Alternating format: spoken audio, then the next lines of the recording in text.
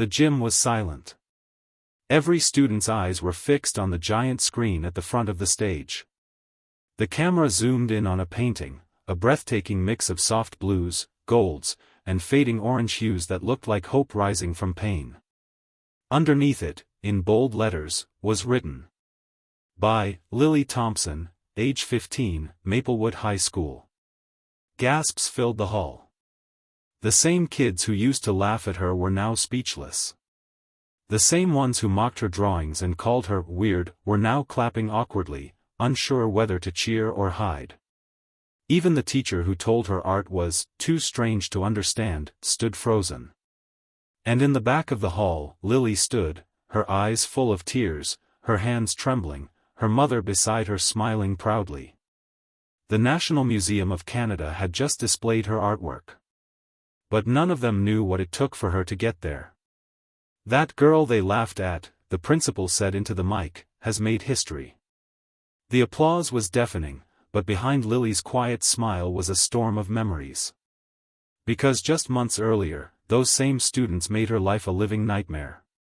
Lily was different. She didn't talk much. She didn't like loud sounds or bright lights.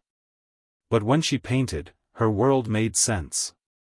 Every afternoon, she'd sit by the window, painting scenes from her imagination, soft, colorful, and full of emotion. Her teacher, Mrs. Collins, said her work had depth beyond her age. But in class, Lily was an easy target. "Hey, Picasso. Forgot your crayons?" That was Amber, the popular girl with perfect hair and a louder mouth. Her group of friends laughed, pointing at Lily's old sketchbook and stained hoodie. Lily didn't respond. She never did. She just looked down, her fingers trembling over her desk.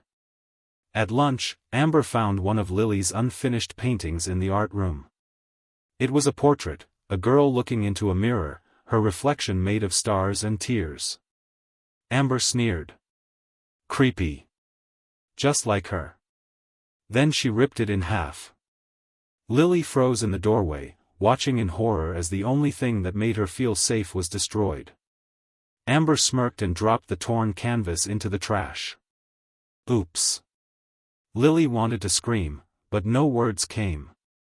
Her autism made it hard to express her emotions the way others did. So instead, she quietly picked up the pieces, clutching them against her chest as her tears fell silently onto the torn paper. That night, she stayed up painting again, this time pouring every ounce of pain into her art. The sky, the colors, the loneliness, it all came out in waves of beauty. She entered it secretly into a national student art contest, not expecting anything. Not knowing it would change her life forever. A few weeks later, Amber and her friends were laughing near the hallway bulletin board when the principal's voice echoed over the intercom. "Attention students, Maplewood High is proud to announce that one of our students has been selected for a national art exhibition in Ottawa." The girls rolled their eyes, until they heard the name.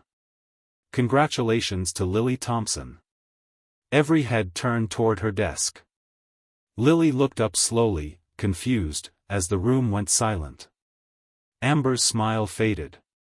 The same painting she tore apart was now famous.